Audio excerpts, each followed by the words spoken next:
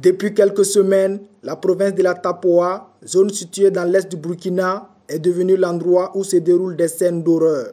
Des écoles fermées, des fonctionnaires enlevés et séquestrés, des ressortissants de la région ligotés et égorgés. Face à cette situation chaotique, les ressortissants de cette partie du pays lancent une mobilisation générale. Aujourd'hui, l'État ne contrôle plus rien dans la localité.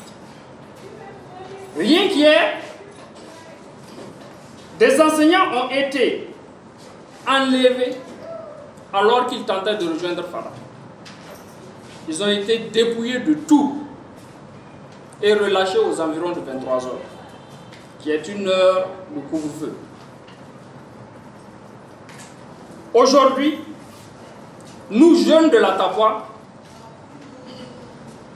nous sommes engagés dans cette guerre qui nous est imposée. Chers amis de la presse, oui, aujourd'hui, nous sommes engagés dans cette guerre. Cette fois-ci, non pas derrière les FDS, mais devant les FDS. Pour combattre ces forces du mal, des stratégies ont déjà été élaborées et elles seront bientôt expérimentées, dit Marcel Woba, porte-parole des ressortissants de la Tapoa. Nous avions décidé d'aller à l'action. Et aller à l'action, nous n'allons pas venir ici pour vous dire quelles sont les stratégies que nous avons développées. Parce que ces stratégies, elles sont déjà sur le terrain.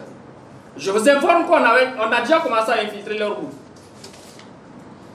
Et je dis ici, si les terroristes ont la chance de suivre ce que nous sommes en train de dire, qu'ils sachent que nous avons nos membres parmi eux.